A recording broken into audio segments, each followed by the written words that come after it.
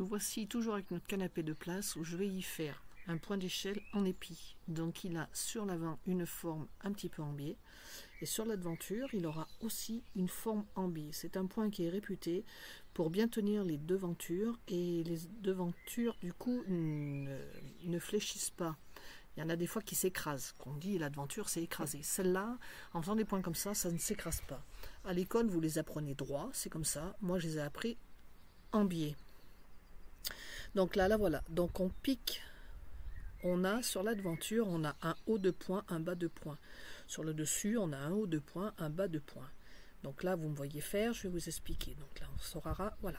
On ressort en bas à ras, exactement comme vous faites quand vous faites les points droits. Je tends et je ramène. Vous voyez, l'avantage de ce point, c'est qu'il ramène. Voilà. Au lieu d'être à ras du bois, je monte à 3-4 cm. Je vais en oblique, je vais à ras de mon point de fond. Vous voyez le point de fond? Je pars un peu en oblique, donc 3 cm en haut. Je vais en oblique, je ressors à ras du point de fond. Je cherche un oblique. Je re-rentre et quand je ressors en bas, j'essaye de prendre le plus possible de crin. Je ressors à la même hauteur, je veux dire, comment vous dire, à ras du bois, mais juste en dessous du point où j'ai piqué. D'accord? Et j'appuie avec mon pouce. Là, vous voyez, là, comme ça. Je mets des gants pour ne pas me faire mal. Et puis c'est surtout pour avoir, quand on n'a pas mal aux mains, on a une tension super régulière. Autrement, ça fait des bosses, c'est pas beau. Je pique à 3 cm. Alors, sans le savoir, je mets toujours un doigt en repère. Je vais en oblique à ras du point de fond. Toujours en petit oblique sur la gauche.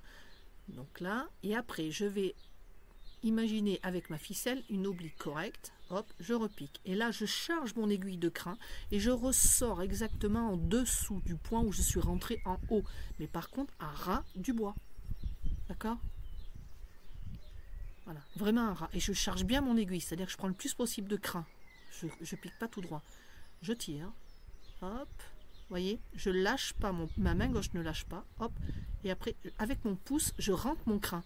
Ce qui va vous faire une devanture relativement... comment dire, plate. Avant, elle dégueulait, comme disait si bien Durand. Maintenant, elle ne dégueule plus. Elle est alignée au bois. Vous voyez? Là, je fais un rajout. Alors, j'ai fait un nœud sur la ficelle. Je refais un nœud sur l'autre ficelle. Une boucle, je veux dire. Je rentre la boucle. Je rentre la ficelle dans ma boucle. Je vais passer ma boucle au-dessus du nœud que j'ai fait. Et une fois qu'il est au-dessus du nœud, hop, je tends. Je ferme cette boucle. Et ça, elle va venir se bloquer contre le nœud de ma petite ficelle. Et voilà, mon rajout est fait, on n'en parle plus. Voilà, je vais réenfiler mon aiguille cette fois-ci. Et je recommence. Je pique à peu près 3 cm au-dessus. J'ai l'habitude de mon doigt. Donc là, je dis de faire attention de ne pas lâcher pour pas que ça fasse de bosse. Je pique, vous voyez, sous mon doigt là. Hop. Je vais piquer en haut. Je vais chercher, prendre beaucoup de crin, aller à ras de mon point de fond. Je cherche mon oblique, je repique à ras du fameux trait que j'ai fait. Je charge mon aiguille de crin, vous voyez, j'ai un peu de mal à la faire ressortir. Et je vais ressortir sous le point que j'ai fait. Je ne lâche surtout pas ma main gauche, il ne faut jamais, jamais, jamais lâcher. Et hop, et après, ma tension, elle se fait d'en haut sur le bas. Vous voyez, c'est pour ça que j'ai un gars. Hein. Je la prends, hop, je tends par le bas, hop, je lâche mon doigt. Je fous un coup de tension par le bas et en même temps mon pouce aide. Je fais, vous voyez le canard, plop, plop, j'appuie dessus. Et je vais faire ça tout du long. Je pique à 3 cm en oblique à ras de mon point de fond. Je ressors de mon point de fond. Je vais rechercher un joli oblique avec la ficelle. Tac. Je repique, je charge mon aiguille de crin, je la charge beaucoup. Il ne faut pas qu'elle vienne à moitié vide. Je ressors. C'est pour ça, vous voyez, j'ai du mal à la faire ressortir. Je ressors juste en dessous d'où je suis rentrée.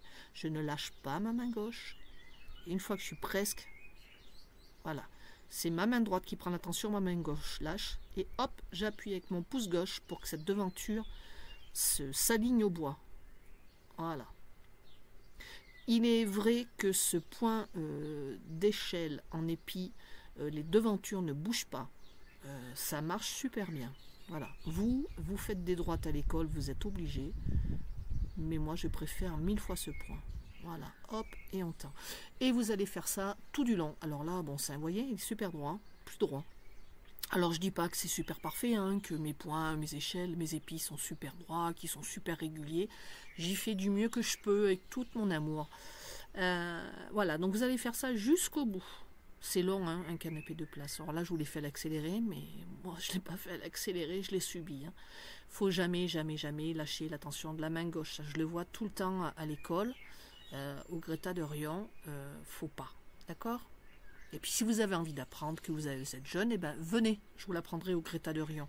Il y a une super formation, vous allez vous y éclater, on apprend de super choses. On est super bonne, on est 3 et on est merveilleuse.